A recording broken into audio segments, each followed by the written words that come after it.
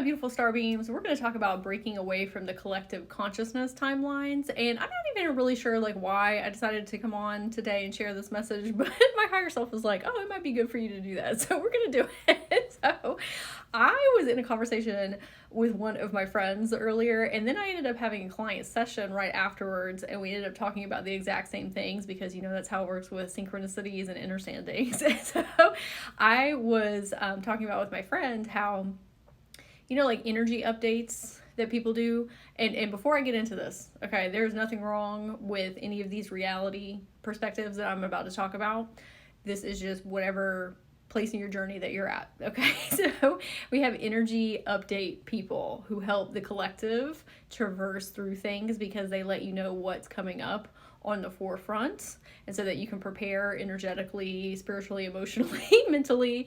And they're very beneficial because it helps you understand that you're not alone, that you're not isolated, that there's other people that are also experiencing these things. And oftentimes we're all going through lessons together as a collective. Like there's times where I will switch what I'm doing in my content. I'll talk about inner child healing, or I'll talk about a quantum manifestation, or I'll talk about the Akashic records and soul contracts. It really depends on where everybody's at as a whole. I don't personally listen to collective energy updates, and that's what my friend was saying earlier too, that there's almost like a resistance for that. And that's what I ended up talking to the client about, as well as how they're not meant to listen to those things, because there's some people that are supposed to be leaders of the leaders, that you're supposed to be outside of the collective timeline framework.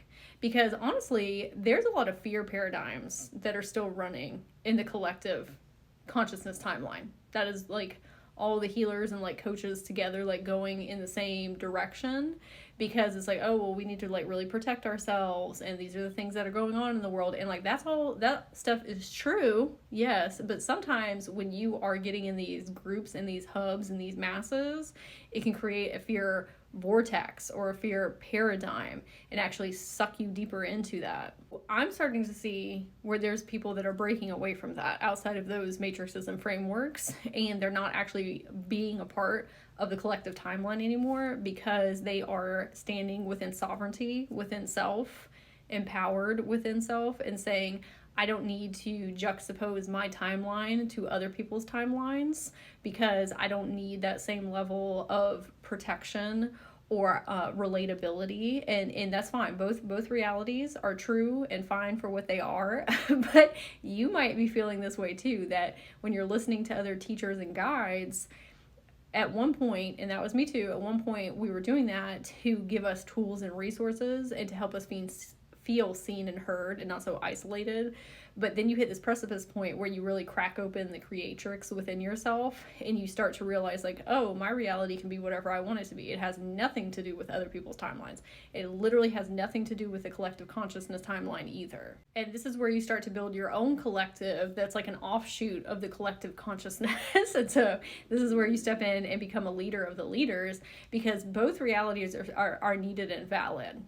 But I can see, just like with the twin flame soul timelines that have fizzled out and are not running as strongly as they were before, because people are starting to wake up and say, oh, I don't need that type of activation. There's like so many people that are not even experiencing the twin flame journey. And, you know, I was on that timeline for a majority of my spiritual awakening journey. And I know a lot of other people are and still are, and that's fine.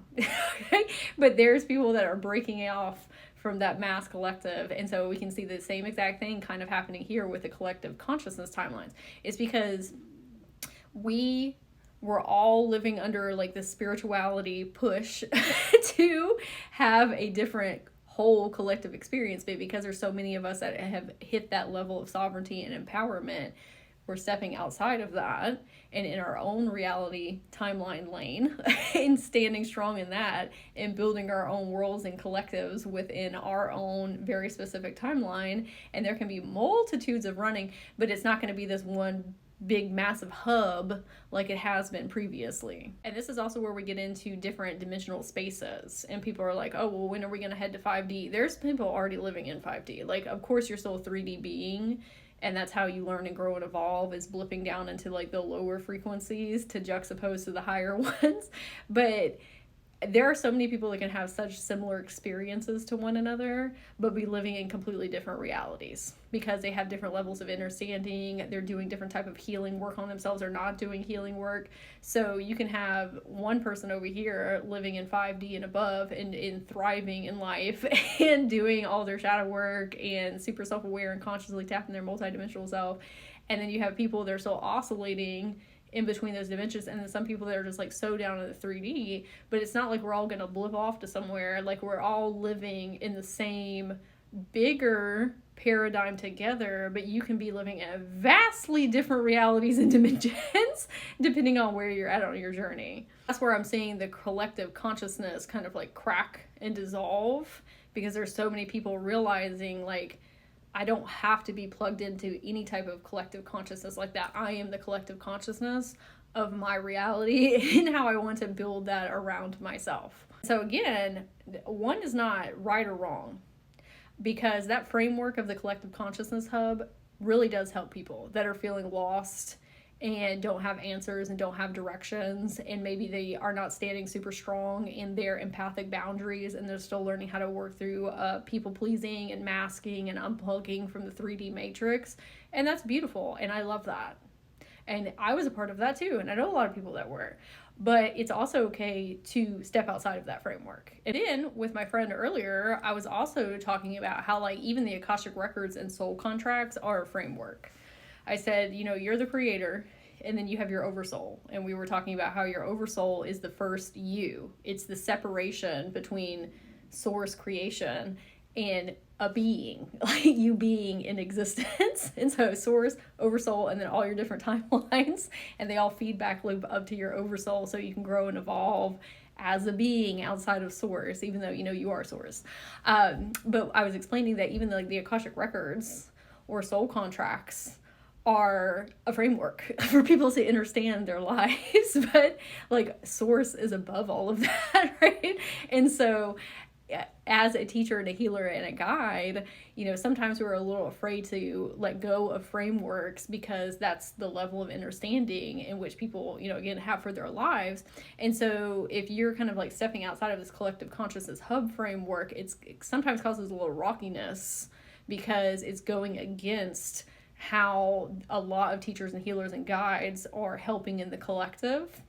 But the thing is, you can build your collective however you want around you. And I was explaining to this client earlier, because they're getting into social media and, you know, putting themselves out there. I said, you got to get kind of clear on what you want your collective to be. Because there was a time where I was helping with collective consciousness, mass awakening, and teaching people about, you know, more broad-scape topics. And now I only help healers, like fully tapped in healers that I don't have to explain things to. Like, they already know what karmic lessons are and soul contracts and the Akashic records.